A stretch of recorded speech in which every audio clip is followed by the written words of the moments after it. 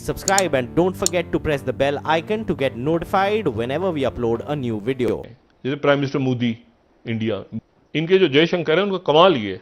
मैं इसीलिए कहता हूँ ना, बाज के जो फॉरेन मिनिस्टर्स हैं उनको पॉलिटिशियन नहीं होना चाहिए, टेक्नोक्रेट होना चाहिए। अब जयशंकर का कोई ताल्लुक नहीं है उधर क्या बीजेपी कर रही है क्या, वो जयशंकर लगे हुए हैं और कामयाबी से लगे हुए हैं, क्योंकि वो मुतनाज़ अपने मुल्क की सियासत पे बात नहीं करते। रिसेंटली एफएटीएफ के जो प्रेसिडेंट हैं वो एक इंडियन ओरिजिन से ताल्लुक रखने वाले राजा कुमार साहब, उनको बना दिया गया है एफएटीएफ का प्रेसिडेंट, जो कि एक बहुत बड़ी अचीवमेंट है पूरी इंडिया के लिए। एक तो देख लें कि हमारे जो नेबर्स हैं वो कितनी कोशिश कर रहे हैं कि पाकिस्तान को रखें एफएटीएफ के अंदर, उनके ऊपर मुख्तलिफ किस्म के इल्ज़ाम लगाएं और हर किस्म की हर तरीके से ये फॉरेन गवर्नमेंट्स को प्रेशराइज करते हैं थ्रू अमेरिका एंड अदर्स के पाकिस्तानी नेशनल्स को एक्सपोज करें ताकि वो बिल्कुल डिफेम हो जाए। पहली बात तो ये है कि अभी मैं पढ़ रहा था कि 300 यूनिट हिंदुस्तान की गवर्नमेंट पंजाब में कल से मुफ्त दे रहा है अपने कंज्यूमर्स को।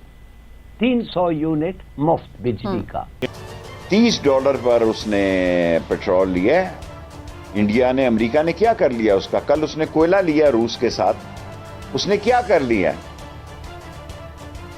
जिंदा कौमें जो हैं कि अगर हमारे लीडरान इतने चोर नहीं होते, चोर मैं कह रहा हूं, मेजर मेगा क्रुक्स अगर नहीं होते तो मेरे ख्याल में ये हालत हमारी कभी नहीं होती। ये बैलेंसिंग एक्ट है कि जैसे बैलेंस कर रहे हैं, जैसे prime minister Modi India balance कर रहे हैं, लंबे अरसे नहीं कर पाएंगे, लंबे अरसे नहीं कर पाएंगे। जब थ्रेट नंबर 1 है ना, थ्रेट नंबर 1 रशिया ने डिक्लेयर कर दिया नेटो के, और आपको मतलब ट्रेड जो है वो चाइना के साथ है।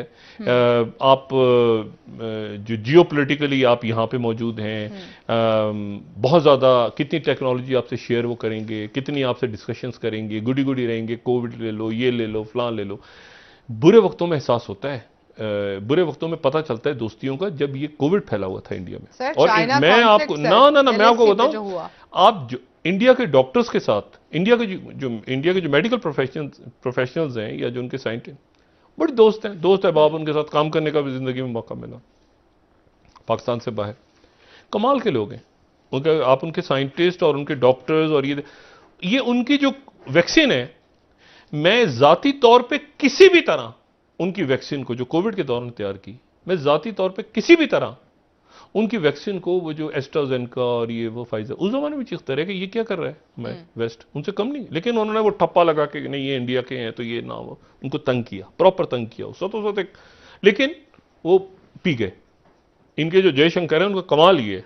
मैं इसीलिए कहता हूँ ना, बाज के जो फॉरेन मिनिस्टर्स हैं उनको पॉलिटिशियन नहीं होना चाहिए, टेक्नोक्रेट होना चाहिए। अब जयशंकर का कोई ताल्लुक नहीं है उधर क्या बीजेपी कर रही है क्या, वो जयशंकर लगे हुए हैं और कामयाबी से लगे हुए हैं, क्योंकि वो मुतनाज़ अपने मुल्क की सियासत पे बात नहीं करते।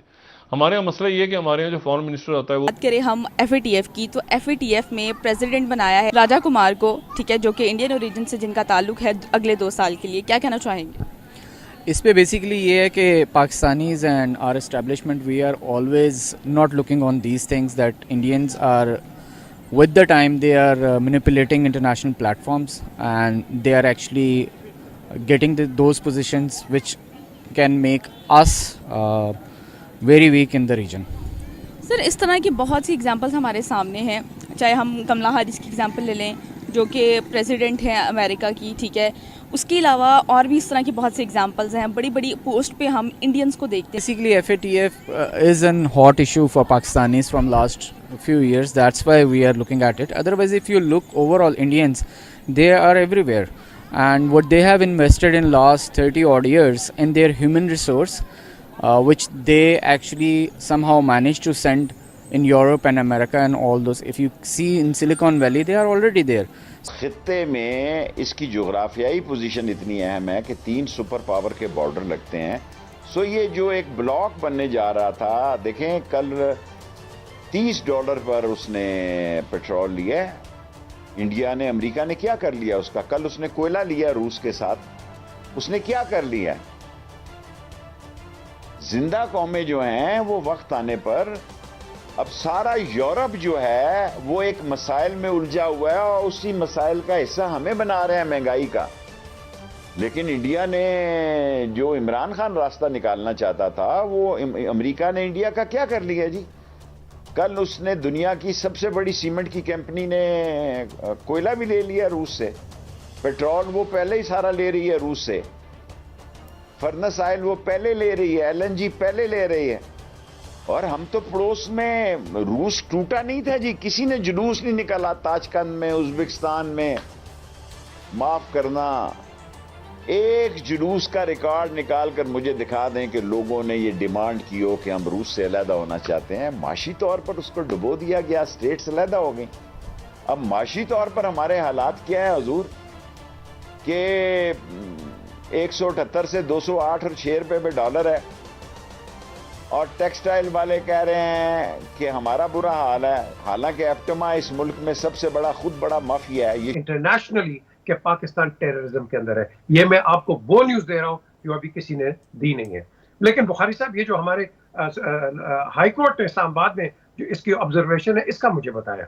देखिए, अभी हम थोड़ी देर पहले तक जो है ना वो मजलिस पढ़ रहे थे कि जनाब ये देखें सुप्रीम कोर्ट का क्या तमस्खुर उड़ाया जा रहा है, किस तरीके से उसको पंचायत में कन्वर्ट किया जा रहा है, किस तरीके से हमारी पॉलिटिकल लीडरशिप है वो किसी एक नुक्ते पे इत्तेफाक करने के लिए तैयार नहीं है, किस तरीके से फ्लाउट किए जाते हैं सुप्रीम कोर्ट के।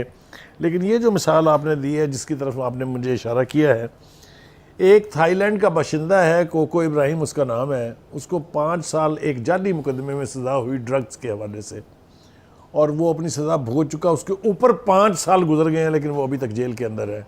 ये हमारे निज़ाम इंसाफ का बाहर क्या मजाक उड़ता होगा, आप ज़रा मुझे बताइए।